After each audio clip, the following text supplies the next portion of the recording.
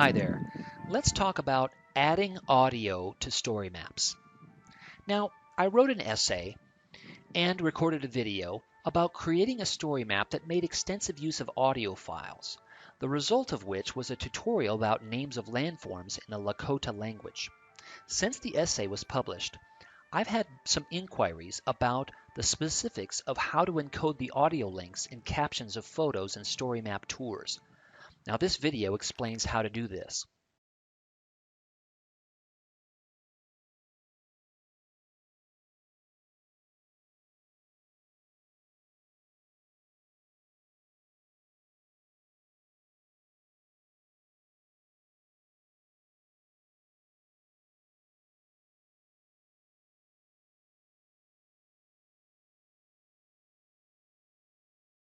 Lake, Vle,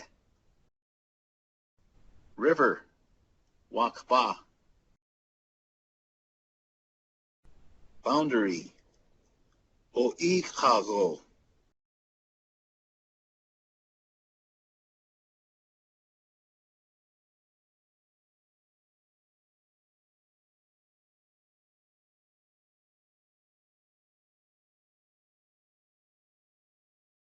First, save your audio files. In my case, I had a long interview as one file and used Camtasia to cut it into individual audio files. You could use Audacity or other audio or video editors to do the same thing. Then, move your audio files to a website. Story maps need to point to online content, not content that's stored on your local computer. Then, edit the captions section for each of your stops on your map tour. Now these stops can be photographs or videos. Note that my lake stop is a video and the rest of the stops are photographs. The HTML code that I used for one of my captions is as follows. I've got an audio control section, as you can see here. I've got a source type section that indicates that it's an audio file, and here's the source where the actual file is stored. Notice I've got the type in there. And also I've got a warning message that comes up if your browser did not support this kind of a file. And then I also have the caption. So for example here, I've got on this and the following, click play to hear the sounds in English and Lakota. That's it.